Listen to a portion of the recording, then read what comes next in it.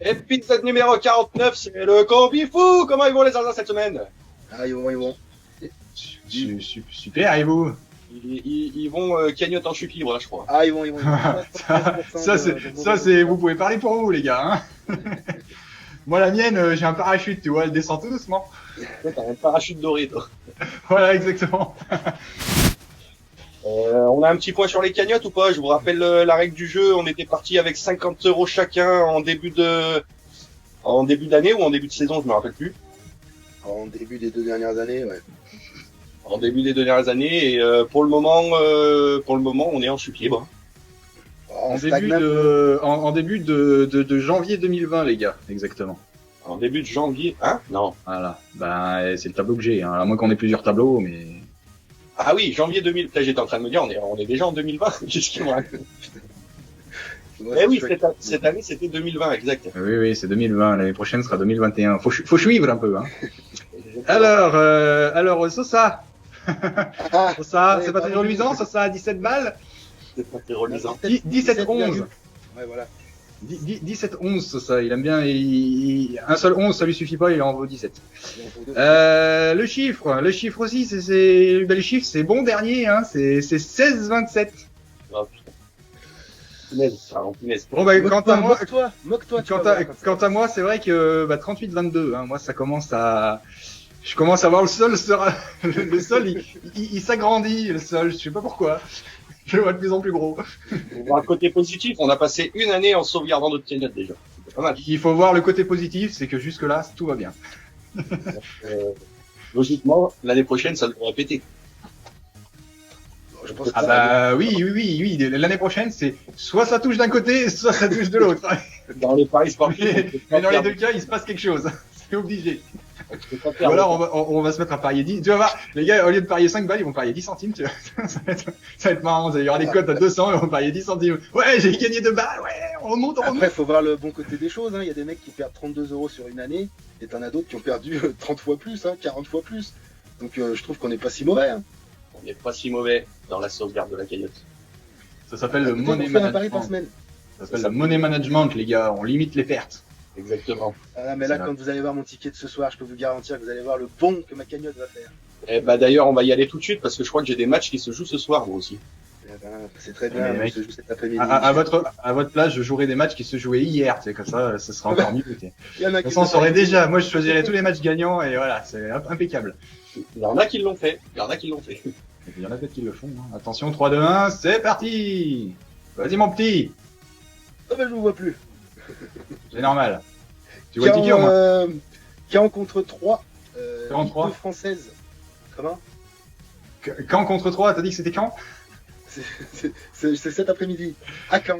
Tu crois? Je crois. Et ils sont combien? Il y a combien d'équipes? Il y en a 3? Caen. Caen contre 3. Il y a 3 équipes en phase 2. Allez, vous me fatiguez là, vous me perturbez. Caen 3, victoire troyenne à l'extérieur. J'ai pas bien de grand chose à dire sur ce match-là. Je pense que ça se vaut, j'ai joué la cote. Moi, je me méfierais du cheval, hein, parce qu'il peut leur mettre un ballon dans les cages sans qu'ils se rendent compte de rien, les mecs. Hein. J'allais dire la même chose. Est-ce qu'ils vont à Caen en cheval? Voilà, ça fait sortir mon ouais, tout à fait. D'ailleurs, il passe sur l'autoroute, on peut le voir et tout. Cote à 2,30 pour 3. Borussia Dortmund contre le VfB Stuttgart. Victoire de Dortmund à domicile. Je sais pas si vous avez pu suivre un peu les derniers matchs de Dortmund, mais le Haaland là, il est juste monstrueux. Attention, je te coupe sur ce match-là pour que nos auditeurs soient au courant. Le Haaland ne joue pas. Ah. Et ça, t'aurais pas pu me le dire avant. Je l'ai vu tout à l'heure, ça. Et d'ailleurs, sur un autre ticket, j'ai joué, moi, Stuttgart. Ouais, là, je vois ton esprit de compétition, c'est tout. Voilà. Et ben, c'est génial. Alors, faites bien attention. Donc, comme je disais, Haaland marque énormément de buts. Bon, bah, vous savez tout ce qu'il en marquera pas sur ce match-là. Mais le gars, quand même, il marque énormément de buts. Victoire du Borussia Dortmund à domicile. Non, même sans Haaland, je pense que le Borussia, ils sont quand même au-dessus. À la preuve, ils jouent le titre en tête-à-tête avec Leipzig et le Bayern de Munich en tri tête-à-tête. Marseille-Monaco, pareil, match compliqué. J'ai l'impression que les Marseillais sont un petit peu réveillés. Ils restent quand même très très bien placés au classement de Ligue 1. Je sais pas si vous voyez, ils ont 2 matchs en retard. Ils peuvent être en tête s'ils gagnent les 2 matchs et devant le Paris Saint-Germain. Mais je pense que Monaco est un cran au-dessus, un peu plus stable.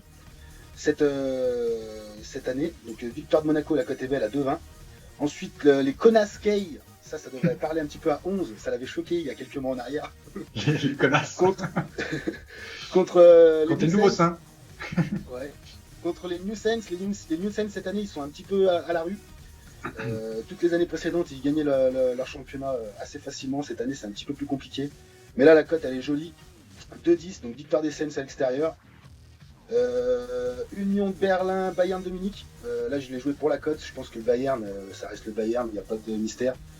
Alors après j'espère que Lewandowski va jouer, peut-être que le chiffre a une info. Haaland ne joue pas. Ah bon, et bah écoute. C'est le Bayern de la mer du chiffre.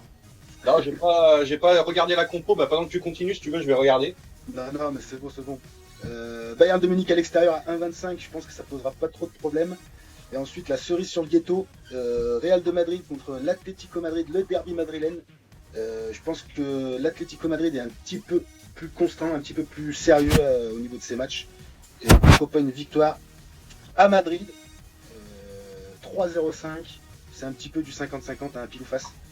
Donc comme vous voyez, j'ai un ticket avec pas mal de grosses cotes, donc petite confiance, 2 balles, bien potentiel, 205,68 €. C'est moi qui ai pas suivi ou t'aurais pas sauté le match de la Lazio?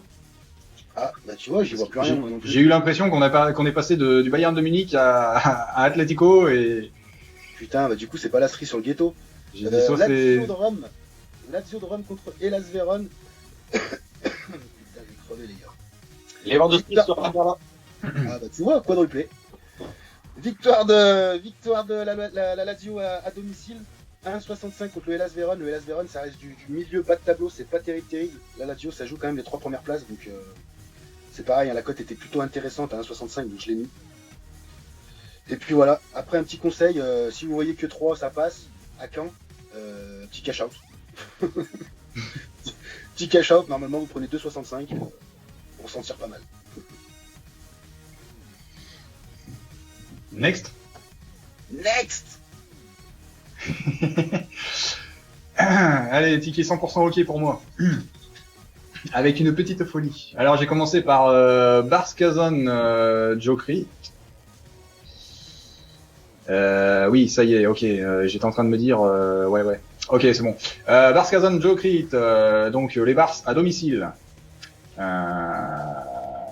J'ai parié sur leur victoire en sec à 1,72 et en fait en bas du ticket j'ai aussi Jokrit Barskazon, donc là c'est les Kazan à l'extérieur et je regardais dans leur stade, j'ai dit je pense que ils peuvent faire deux victoires d'affilée contre Jokrit, donc voilà, j'ai parié là-dessus.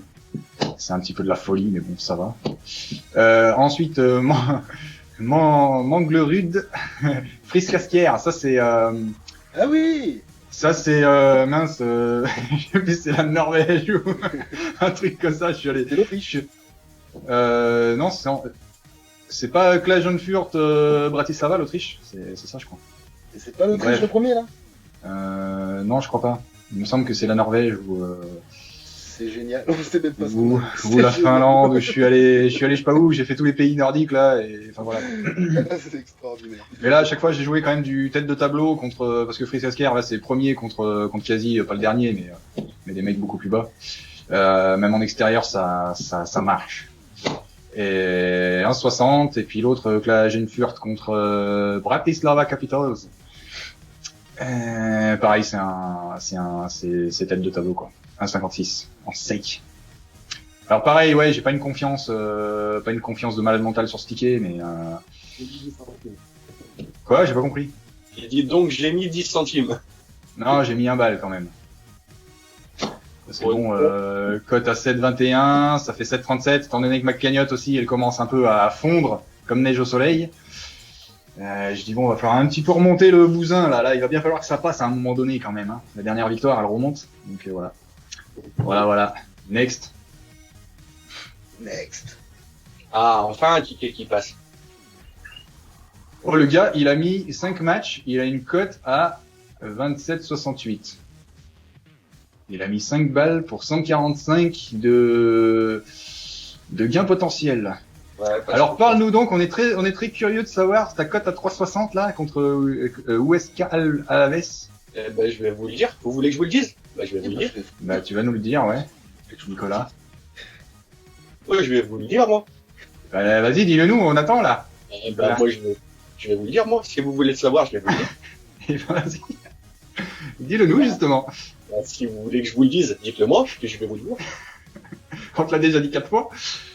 Bah, Et, oui, mais... et on est en train de perdre des abonnés là, alors accouche.